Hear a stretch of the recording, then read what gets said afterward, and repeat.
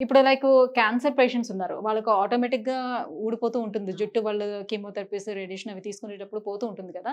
కొద్ది రోజుల తర్వాత మళ్ళీ గ్రోత్ అనేది స్టార్ట్ అవుతూ ఉంటుంది కదా! అప్పుడు కూడా చాలా థిన్‌గా ఉంది. కొంచెం ఈ గ్రోత్ ఎక్కువ చేసుకోవాలనుకునేటప్పుడు కూడా వాళ్ళకి హెల్ప్ అవుతుందా ఇది? ఖచ్చితంగా హెల్ప్ అవుతది. పోస్ట్ కార్సినోమానే కాదు, పోస్ట్ వైరల్ గాని, లేదంటే చాలా ఎక్కువ డిసీజెస్ అంటే పెద్ద డిసీజెస్ ఉండి, దానికి ఇమ్యునో సప్రెసెంట్స్ వాడుతున్నప్పుడు వాళ్ళకి హెయిర్ లాస్ అనేది ఉంటుంది. మళ్ళీ దాని నుంచి మొత్తం రికవర్ అయిన తర్వాత మనం ఈ ట్రీట్మెంట్ అనేది స్టార్ట్ చేయడం ఉంటది.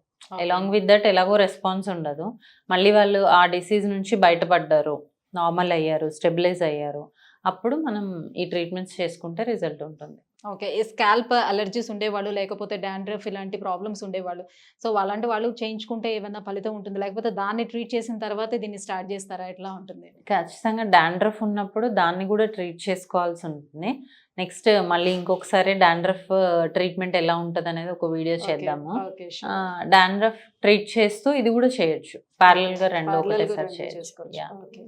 సో, ఇది ట్రిపుల్ ఎల్‌టి లో లెవెల్ లేజర్ లైట్ థెరపీ అంటాం. హ్మ్. దీంట్లోంచి లేజర్ లైట్ వస్తుందనమాట. ఓకే. అది మన హెయిర్ ఫాలికల్స్‌ని స్టిమ్యులేట్ చేస్తది. హ్మ్. హెయిర్ గ్రోత్‌ని కూడా ఎన్హాన్స్ చేస్తది. ఓకే. సో, చూద్దాం ఇది ఎలా ఉంటదో. ఓకే. సో, ఇందులోంచి వచ్చే లేజర్ లైట్ వల్ల హెయిర్ ఫాలికల్ అనేది స్టిమ్యులేట్ అయిపోయి గ్రోత్ అనేది ఓకే. ఇంప్రూవ్ అవుతది. ఓకే. సో, మనం ఇది జీఎఫ్‌సితో గాని, పీఆర్‌పీతో గాని కంబైన్ చేసుకుంటే ఇంకా రిజల్ట్స్ అనేవి ఇంకా బావుంటాయి.